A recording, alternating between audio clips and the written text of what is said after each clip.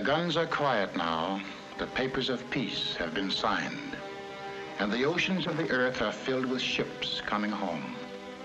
In faraway places, men dreamed of this moment. But for some men, the moment is very different from the dream.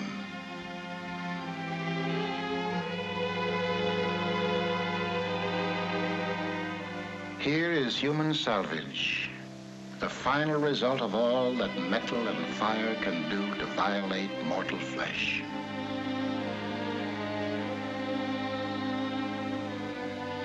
Some wear the badges of their pain, the crutches, the bandages, the splints. Others show no outward signs, yet they too are wounded. This hospital is one of the many for the care and treatment of the psychoneurotic soldier.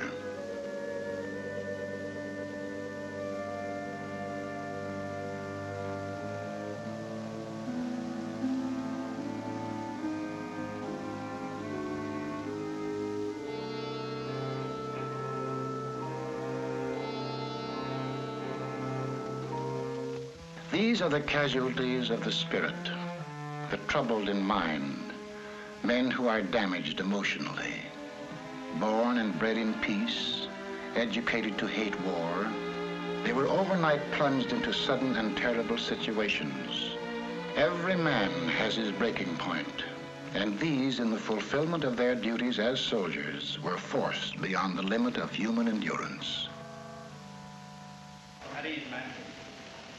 On behalf of the commanding officer and his staff of Mason General Hospital, I want to extend a hearty welcome to all of you on your return to the United States.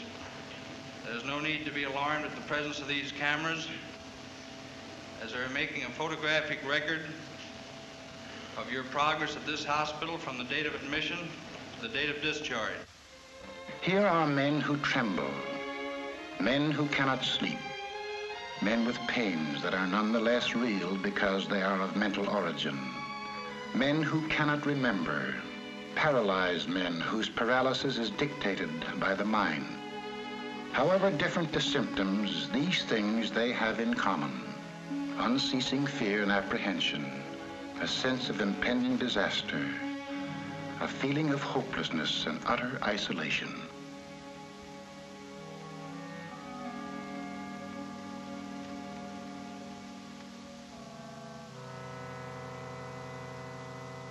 May I have your last name? How do you spell that? M-E-I-S. May I have your last name, please? Bolivar. And your first name? Spell that?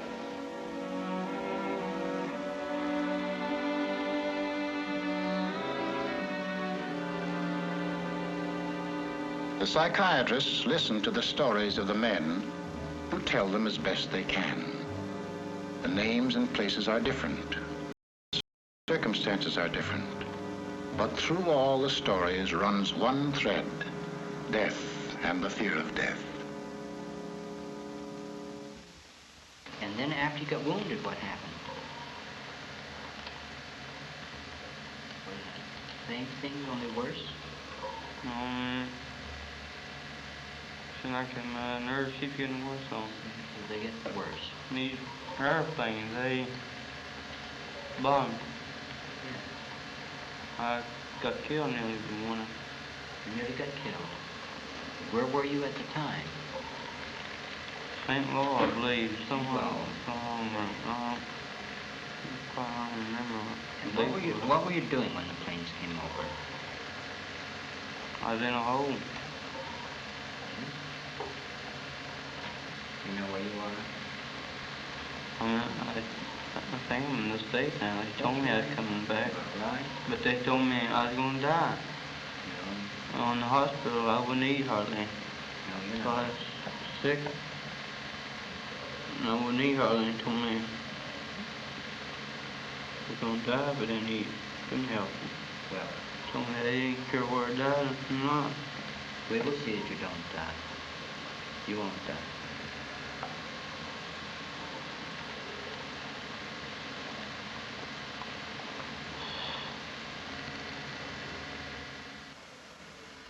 I lost my last buddy up there, little Norman. He was second scouting. I was first scout, and they were all mixed up there. They were shelling us. Well, did that make you nervous? I should have been first scout. I'm first scout, and I should have been out in front. And he went out, and I started to go out after him, and he got shot. And he just said, "Oh, Dutch, I'm hit," and he crawled to my feet, and I started calling for the medic, and I went back to see if we could get the medic, and there wasn't any, and I started to go out after him again, and they wouldn't let me go. And he was the last one of the original boys that was with me. Him and I were the last two left out of the original. And when you were shelled, how did you feel?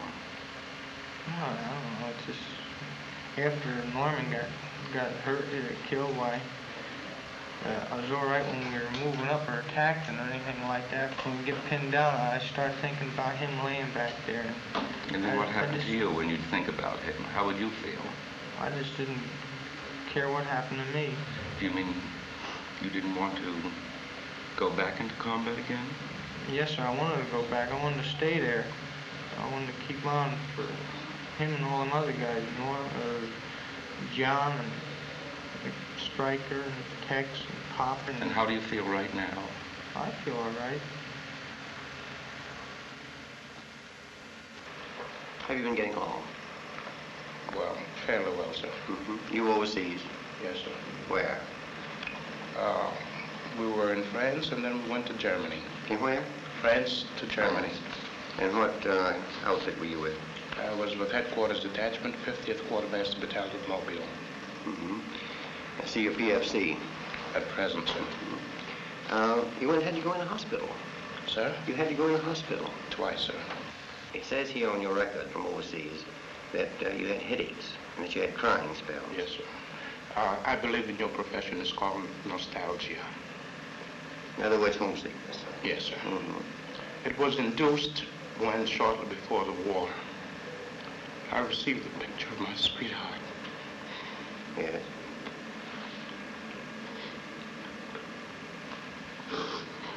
Mm-hmm.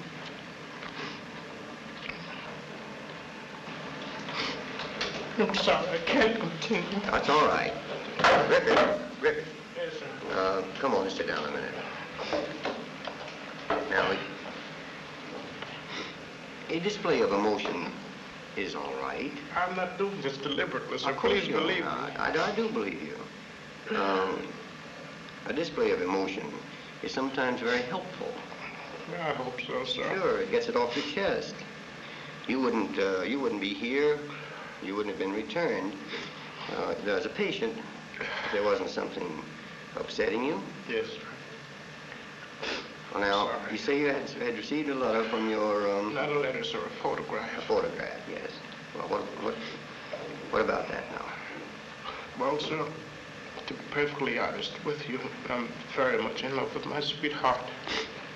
She has been the one person that gave me a sense of importance, and that through her cooperation with me, we were able to surmount so many obstacles. What happened? Well, when I was in combat, Mindanao. Can you speak louder? I have Yes, trouble hearing you. During the time, I got worried that my brother, he was killed in Guadalcanal. Oh, the Marine? Yes. Now, I noticed in this history here that you saw a vision of your brother. Tell me something about that. What happened? I guess it was a dream. Well, describe the dream. What did you see in the dream? I dreamt that I was home, my brother was home, and my other brother was home. We all were home. All of you were home. Sitting around the table. Everybody was happy. We were laughing, talking, just admiring each other's. And then it ended there. You could see these images clearly. Yeah, it was like in a dream, see? Yeah. What about this Mindanao thing you're telling me about? Well, in Mindanao, after I got that news, I was scared. You were scared? I I don't know, sometimes I hope something would happen. Then again, I say, well, something did happen. What do you mean by something happened? You mean you were hoping that you'd be wounded and sent back? Is that what you mean? No. What do you mean by that? I meant that I hoped that I just, I was so disgusted and tired of everything. I just didn't feel like living. And then I changed my mind and I think back to my folks, and it'd be a double blow if something happened to me. And I'd be standing guard, sitting on a machine gun there, just watching. And I'd hear a little noise and I'd let go, shoot. It wasn't nothing, probably it was an animal or something. Any noise made you excited, you just shoot? At that time, yes. Well, do you feel worried about anything now? I don't know. Are you mixed up? Kind of. What's that pin on your shirt then? My heart. Well, why do you cover those up? Aren't you proud of them? Yes, sir. You got a Purple Heart? Your campaign ribbons? Yes, sir. Well, why do you cover them up? Now, there must be some reason for you doing that. Well, what happened over there? We got in the scrape and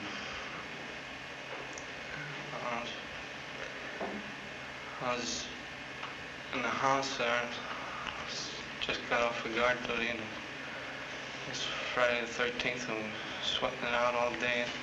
Patrol came up, German patrol, and they shot a Panzer Faust through the wall. And what?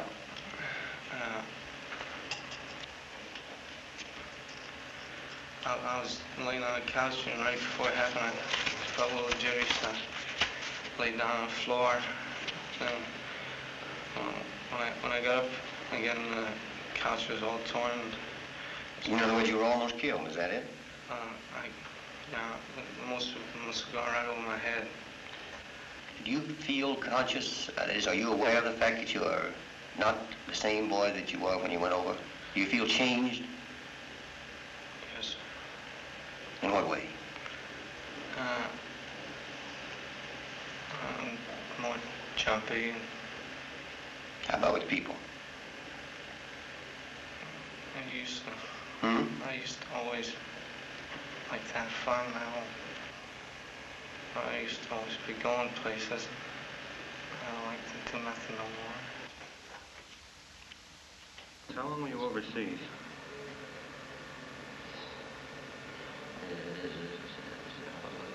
11 months. 11 months. Were you in any combat at all? This is 6 months, yeah. I tried every way to keep my mind occupied, reading, going to the gymnasium, going out with fellas and try to become an extrovert, try to get out of myself. But it seemed to me that I got worse and worse. And after a while, I developed, after the fear of insanity, I started developing fears of different sorts. Did you ever have similar pains before you got here? Never in my life. Have you ever been nervous before in your life? No, sir. Never. I was a solid man. Do sudden noises bother you particularly? I did just shake a little, but not that bad. Well, I guess I just got tired of living, you can put it that way. I had trouble sleeping, yes. Had dreaming of combat, you know. I just took off because I see too many of my buddies gone, and I figured the next one was for me. A man can just stand so much up there, see. Admission note. Poole, P-O-O-L-E, comma, Walter L. T5. Transfer diagnosis. Anxiety reaction, severe. Active symptoms in remission. On this, their first night back in the States, each man who is able may make a long-distance call without cost. After months and years of silence, familiar voices are heard once again.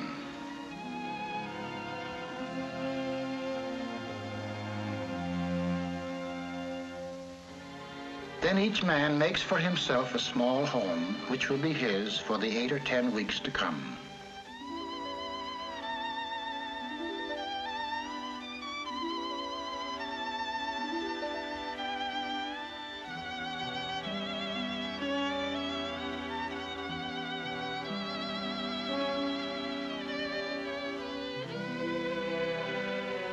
Now in the darkness of the ward emerge the shapes born of darkness, the terror of things half remembered, dreams of battle, the torments of uncertainty and fear and loneliness.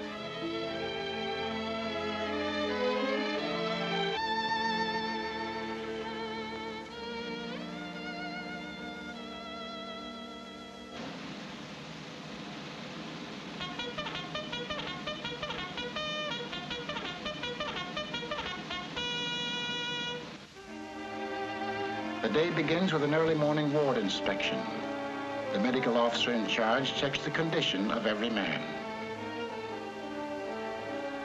Modern psychiatry makes no sharp division between the mind and the body. Physical ills often have psychic causes, just as emotional ills may have a physical basis. Possibilities of organic disturbance in the brain are investigated by means of the electroencephalograph. The Rorschach test. The things that the patient's imagination sees in these cards give significant clues to his personality makeup. This looks sort of like a drawing of two women standing on a rock and waving their hands.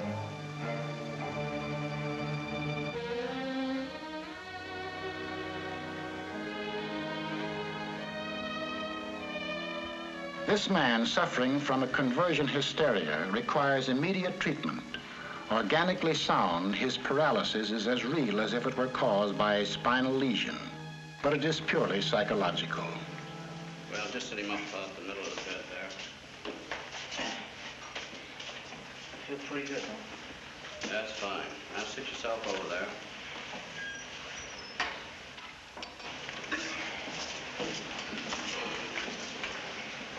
Well, now, can you move over just a little so I can talk to you?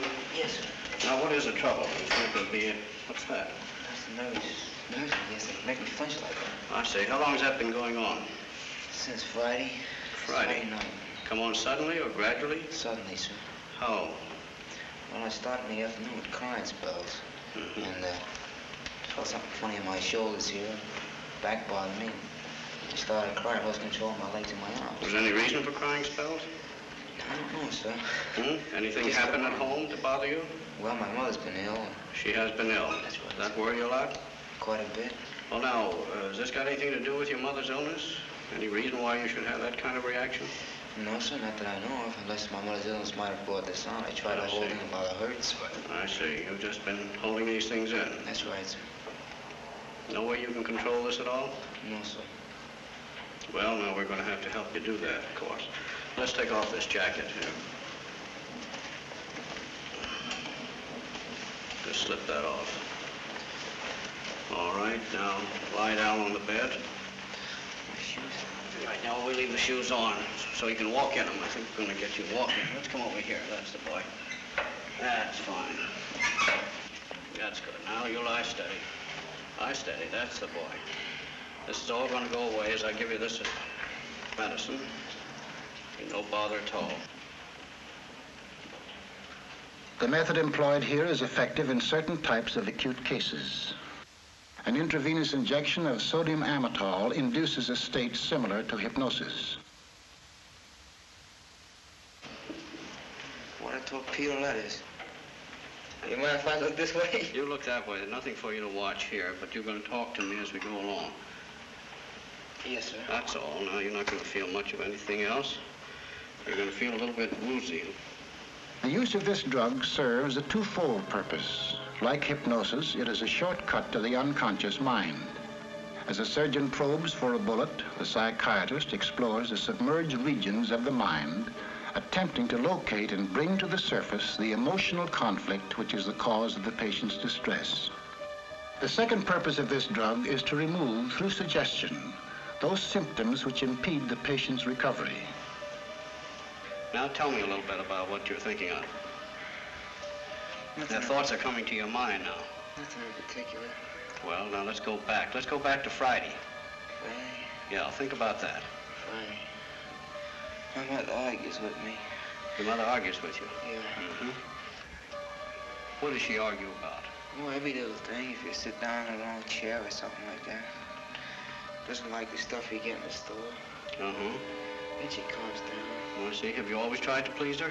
Yes. All the time. Always tried to please her. I used to clean the house for her when I was a small. Well, now why do you think she argues like that? Think Well, she's sick? Well, she doesn't try to control her temper, I guess. I see. Mm-hmm. How about your father? He's a swell guy. He's a swell fellow, isn't he? Gets kind of hot-tempered. Since my mother's been sick, it's been costing a lot of money. Uh-huh. And he's lost a lot of weight about worrying. I see. My mother argues with him. She wants to know where the money is. Mm-hmm. But I don't care about that as long as everything turns out all right. Well, now, with this jumping, what does that make you think of? Think about it, man. I can't help it. It just jumps. Uh-huh. How about the legs? Do you know anybody who had any trouble with their legs like that? No, sir. What does it make you think of? Go on. Except several years ago, there was one fella. He had something wrong with his right leg. Water in the knee, but he's walking today. That hasn't bothered me. Was that anything like your leg? I don't know. He couldn't walk at all. He couldn't walk at all? No. What do you think of when you can't walk like that? I wish I could walk. But what do you think of?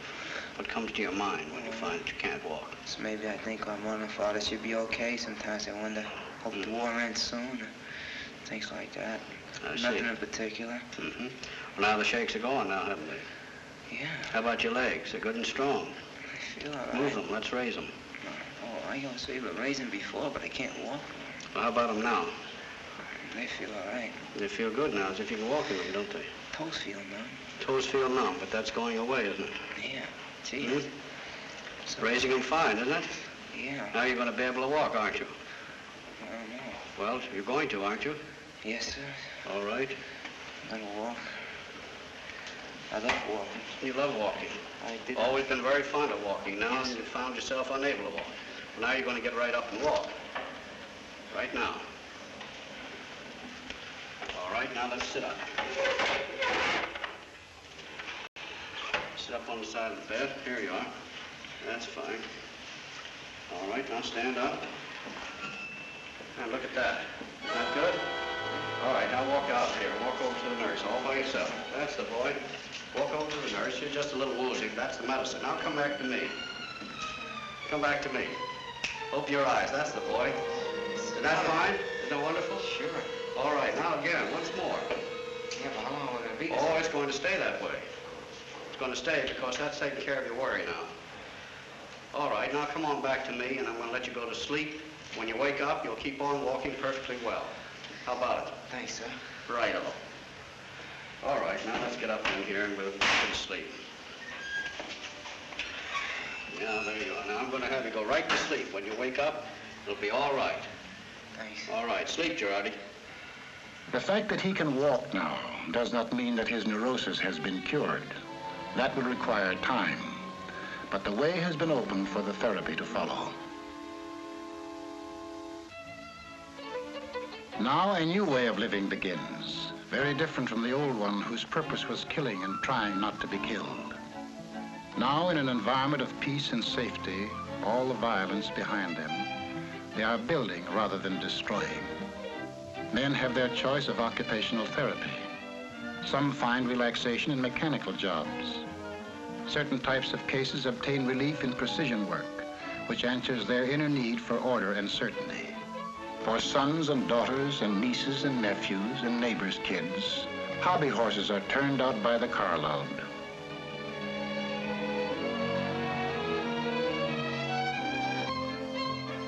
Physical reconditioning is not the only purpose in sports, which also serve to bring men out of their emotional isolation and back into group activity.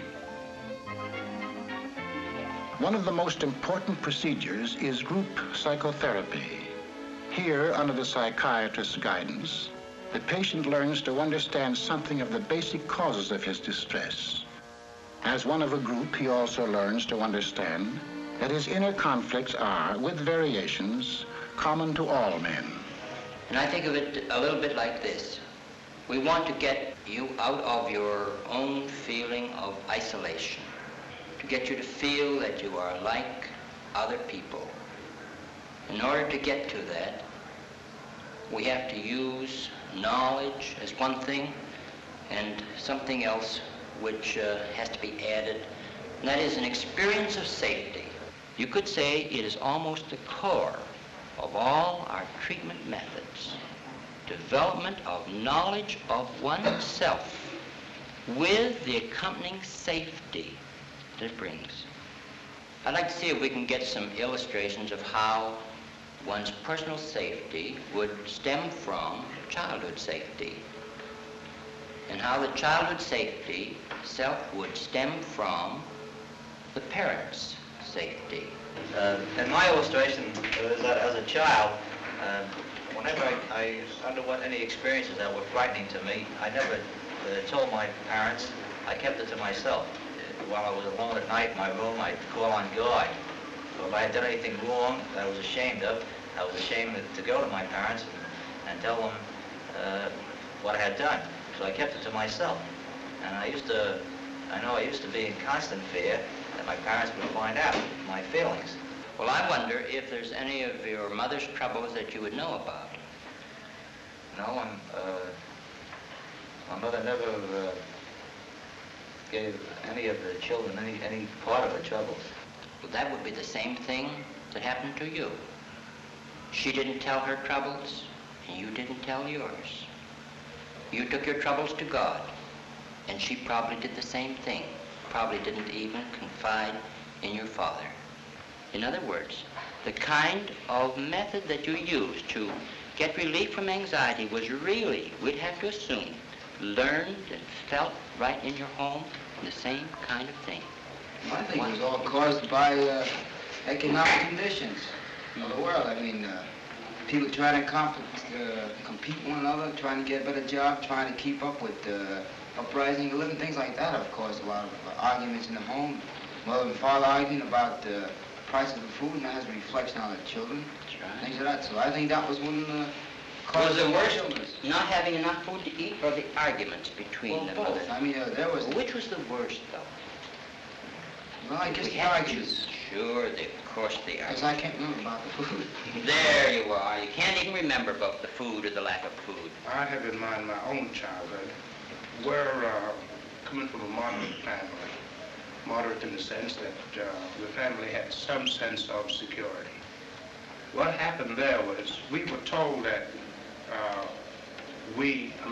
myself, my brothers and sisters, we couldn't just play with any of the kids we wanted to play with unless their parents in turn had the equivalent of what our parents had. And as a result, we were kept in a narrow circle, very, very narrow. However, I have found that there has been a strong yearning on my part to break out of this environment, to be able to play with Tom, Dick, and Harry. I'd say the net result's like this. Your mother did not feel really so superior. She felt inferior when she tried to make you take the attitude you were better than the other children. So that now, certain experiences in the Army have brought that out more clearly, because you've been thrown in with Tom and Dick and Harry and need to get along with them. It's not necessary to be in the Army. It's not necessary to be in the war. These kind of troubles have always gone on in all time, through all the centuries. So you were going to say something? I never spoke until I was 7. Is that right? Yes, and I studied very bad. At 14 and 15, I couldn't recite in school. They didn't talk. Can you explain how you get started to talk? How you began to get over that? During the war, the first word I ever spoke, Santa Claus had brought me a war gun, and my brother broke it. This is the First World War, yes? And so, Santa Claus brought the gun and your brother broke it. Yeah, when I went in to get my gun, I just says, "Walt Dick, somebody broke my gun." That was the first thing I said. You were angry because someone broke your gun. So that's where I started talking. I would say all those symptoms, like being unable to speak, stuttering and so on, they have an underlying anger and resentment in the deeper parts of the personality. You could almost say it like this. Underneath, I can't, you usually find, I won't.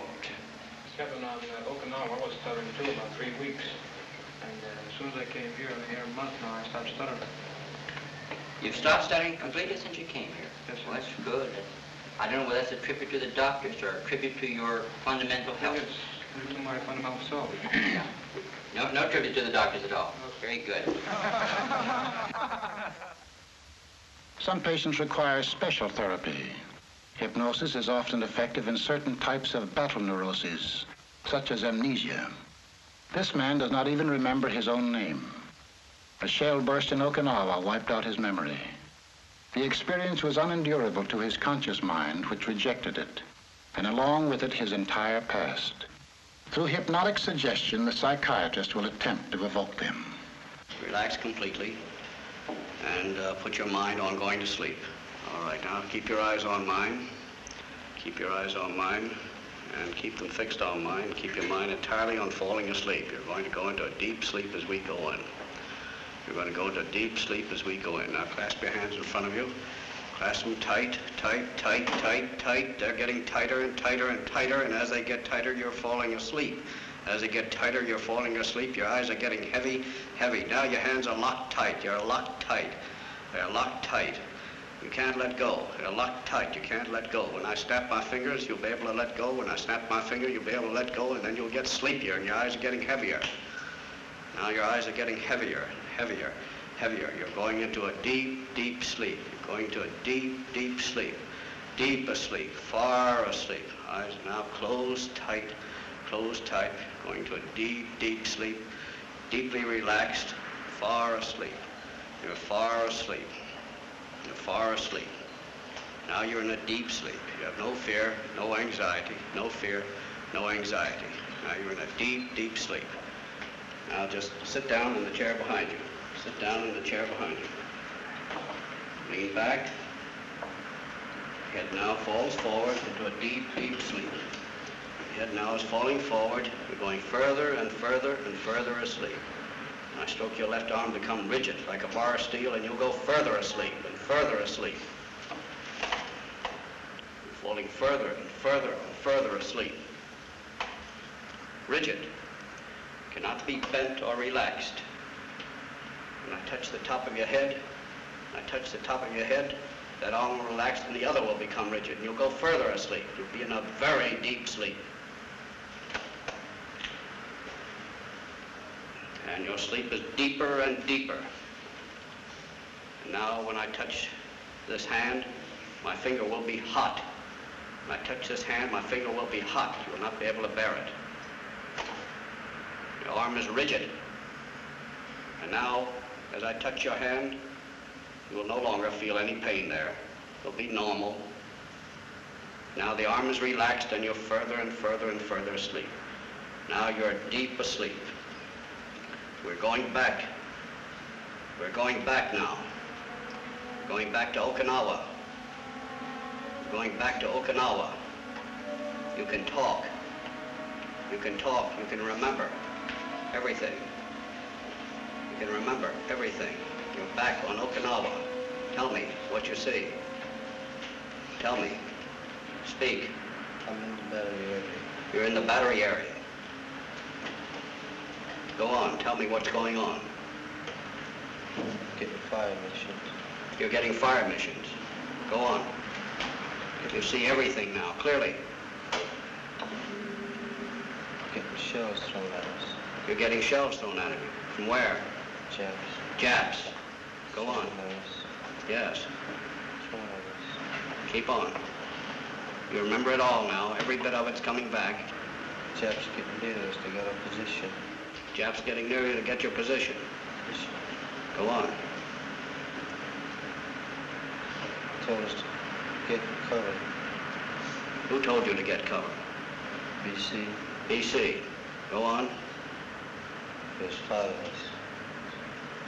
One of the boys got hurt. One of the boys got hurt. Took him away. I was running over to my competition. Yes, go on. You remember it now. Tell me. It's all right now, but you can tell me. You can tell me. Explosion? Yes. You remember the explosion now. All right, go on. They're carrying me. They're carrying you. Who's carrying you? I don't know. Where are they taking you? Carrying me across the field. Across the field. Go on. Put me in a stretcher. Yes? Yes? Go on. They're still throwing shots. Yes? Can you hear them? Yes. You see them? No. All right. Where are they taking you now? Put me in a truck. Why are you fearful now? I want no more. You don't want any more. You want to forget it. But you're going to remember it because it's gone now. It's gone. You're back here now. You're away from Okinawa. You've forgotten it. But you remember who you are now. Who are you? Dolly, that's right. Full name now. Dominic Dolly. Dominic Dolly, that's right. You know your mother's name? Isabel. That's right. Father's? Salvatore. That's fine. You know who they all are now. All right, now you're coming back with us. This is going to stay with you. You're going to remember it all. You're going to remember about Okinawa. You're going to remember about the shells and the bombs, but they're gone. You're at ease and relaxed. There's no fear, no anxiety. When I wake you up, you'll be comfortable, relaxed, no pains and no aches. But you'll remember all that I've told you. All that you've remembered. You can wake now.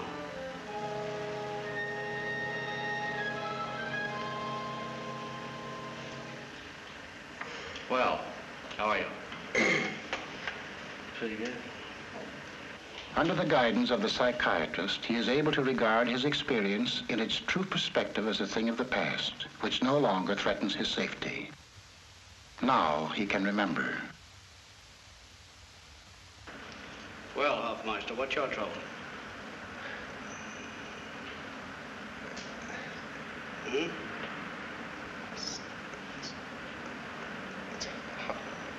Hard for me to get my words out. Yeah, it does seem to be a bit tough. How long have you had that trouble? It started about a month ago. Where were you then? I was in France. In France? Have you been in combat? Yes. Well, maybe we can help you talk a bit better and you can tell me more about it then, right? Let's lie down and see if we can't help you on that. This man is not a chronic stutterer. He suffers from a battle tension which the drug will attempt to diminish. Like the man who could not walk and the man who could not remember, his illness has an emotional basis. Get all comfortable now and relaxed. We're just going to give you some medicine here, and it's going to help limber up that tongue of yours. And this is going to make you feel a bit groggy.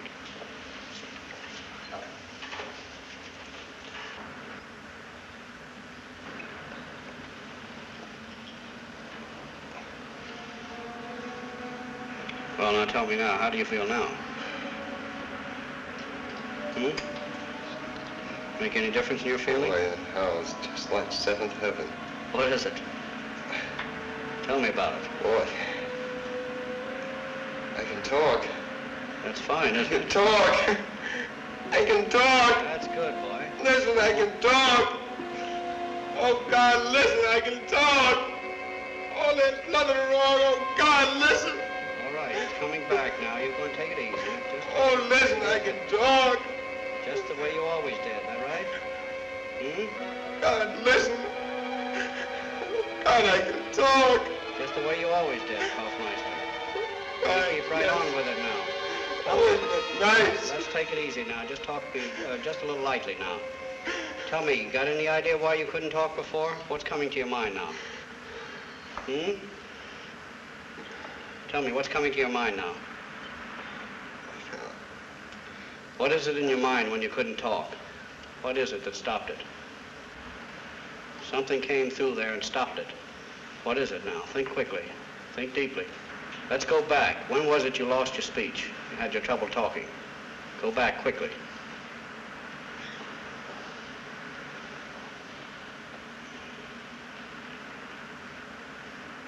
It seems that I first noticed it on a boat. On a boat? Coming over. It first started with an S. And the fellows laughed at me. I don't know why they laughed. Till the guy started. Well, let's start with that S. Let's go back to that S now. What were you thinking then? What was in your mind then? Right now? No, then. On the boat? Yes, with that S. When you couldn't say that S right. Yes.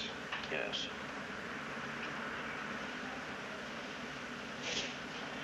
The port side. Port side. The port side. Port side of the ship. What side's that?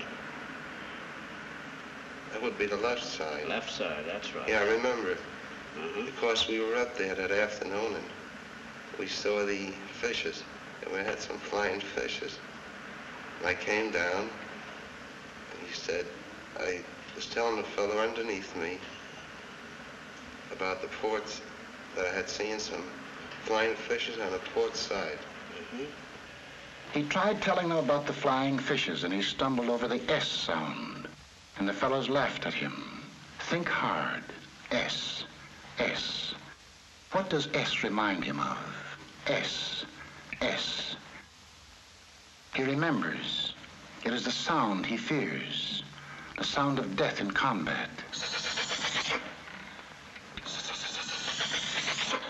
The sound of a German 88 high-explosive shell coming in.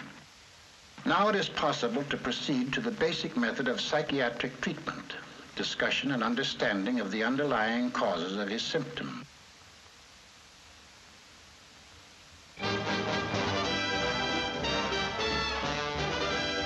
As the weeks pass, the therapy begins to show its effect. The shock and stress of war are starting to wear off. For these men are blessed with the natural regenerative powers of youth. Now they are living less in the past and more in the present. Sometimes they think of the future. The war years must be put aside and the responsibilities of peace must be considered. A man might open a filling station or a hardware store, or he can buy a few acres of land and raise some chickens. He might even go back to school.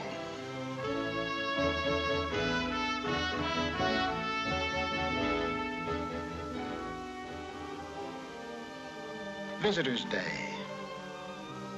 Now the men resume their contact with the world outside. These are the people they are coming back to, whose lives are bound up with theirs. Without their understanding, all that has been accomplished in the last few weeks can be torn down. With it, their return to life can be doubly swift and sure.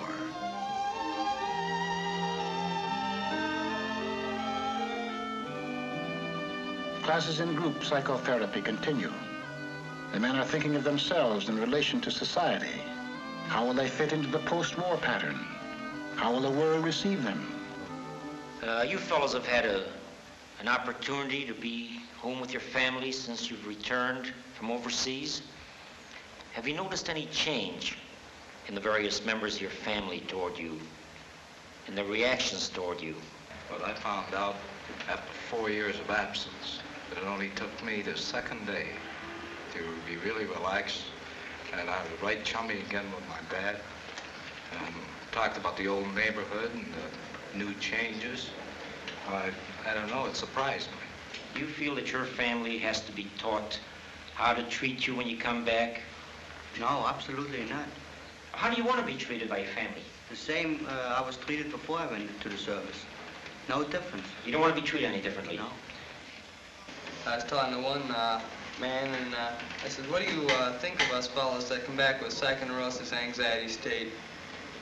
And I says, you can see that we're not crazy by any means. And he says, well, before I come out here to see, he says, my first impression was like in Bellevue.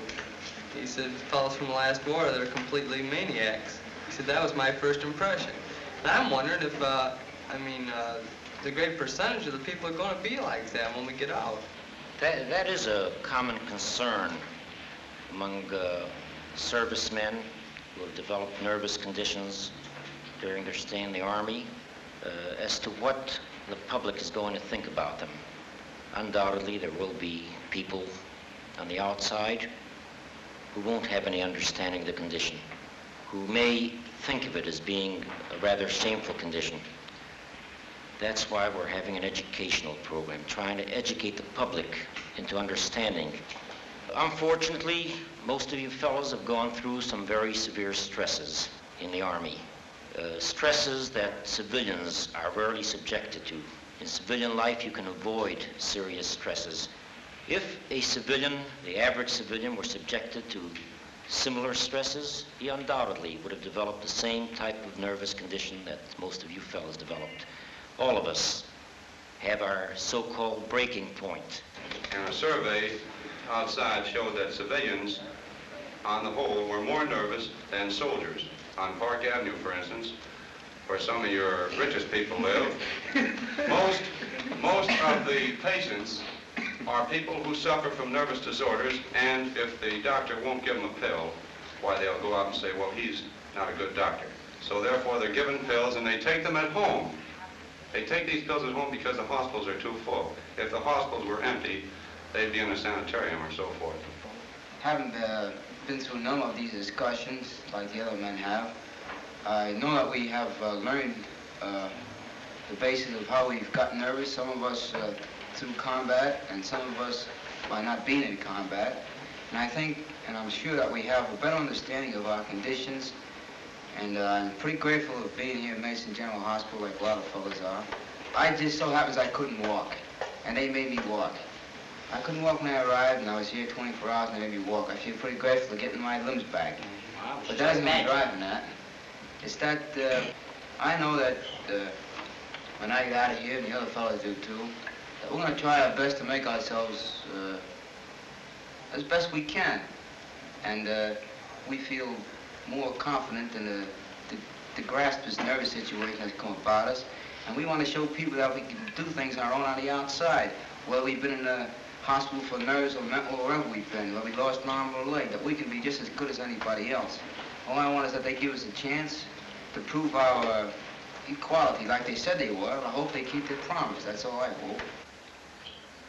Would you make it a point to tell your employer that you were a psychoneurotic?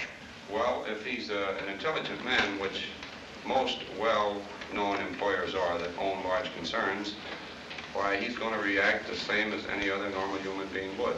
He's going to say it's absolutely possible. And the man right now looks all right. I'll try him out. But you may run into employers who are not that broad-minded or intelligent. Yes, sir. And I'll sell myself to them. How about you, Hofmeister? Do you have any plans about jobs, or do you have any fears about getting a job? Or No fear whatsoever. I've got my job waiting for me, sir. You have your job waiting for you. I think it comes down to this, doesn't it, that most of you fellows feel that you ought to be honest with your employer, that you have nothing to hide, nothing to be ashamed of. Yes, isn't that the general attitude? Yes, sir. That's the way all Americans feel. Your time in the service was not entirely wasted. You have learned a great deal in the service. For instance, a great many jobs and tasks that you've learned to do in the service that you have had absolutely no contact with in the past. You've also learned to work in groups, something that every soldier learns to do very early in his military career. This definitely will be of much value to you in your future civilian employment.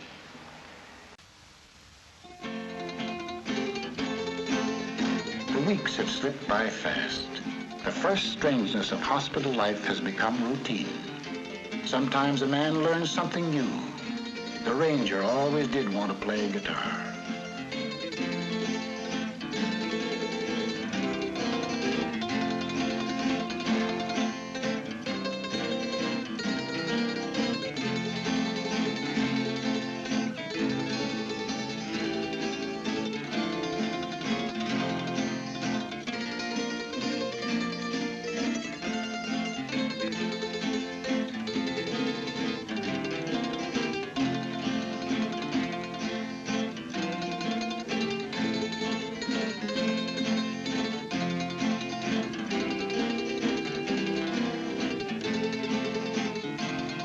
And now the days begin to seem long.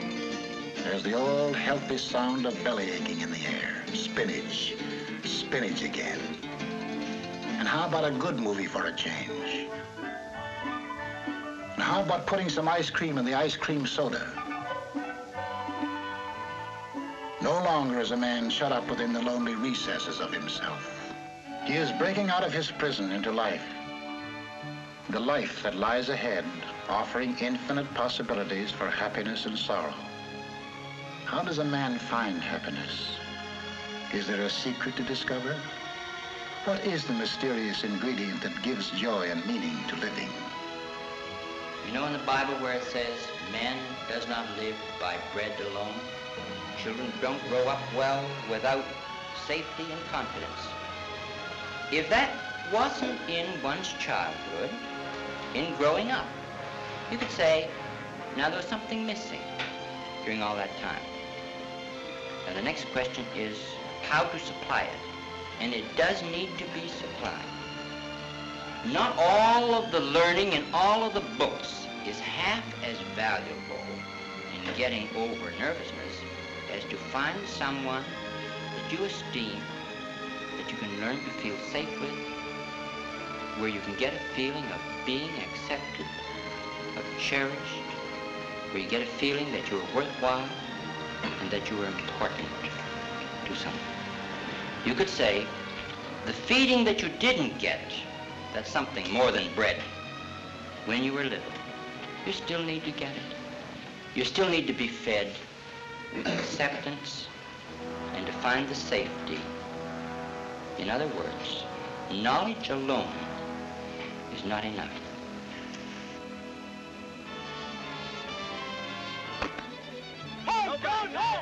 Nobody got it.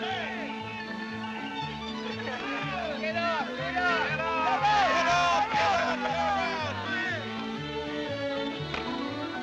8 weeks have passed. What about these men? Are they ready for discharge? How complete is their recovery?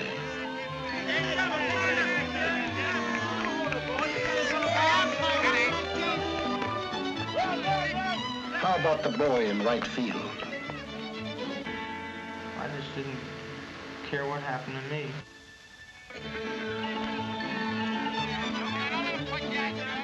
How about the kid at bat?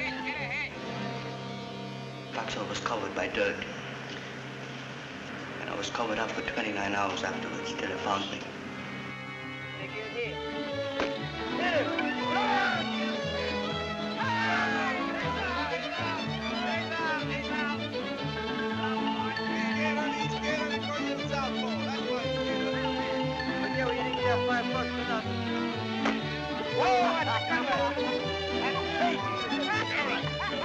Out! Till you're out! Till you're out! Go on!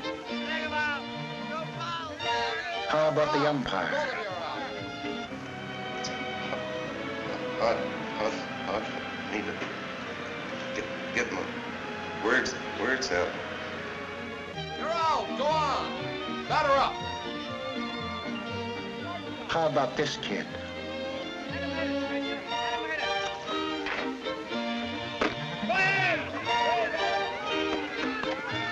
How about him?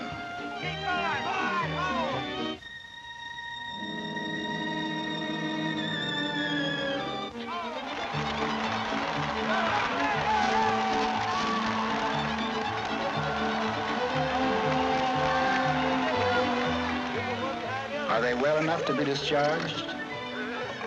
That is for the doctors to decide at tomorrow's boarding.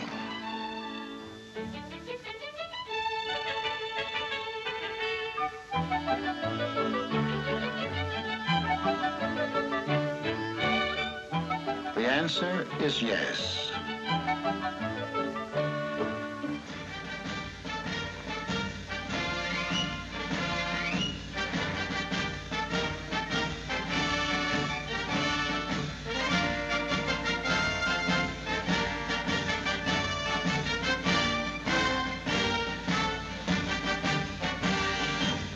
Men, this is your last military formation. Today, you're returning to your homes, your families, and friends. Many of you have been looking forward eagerly to this day.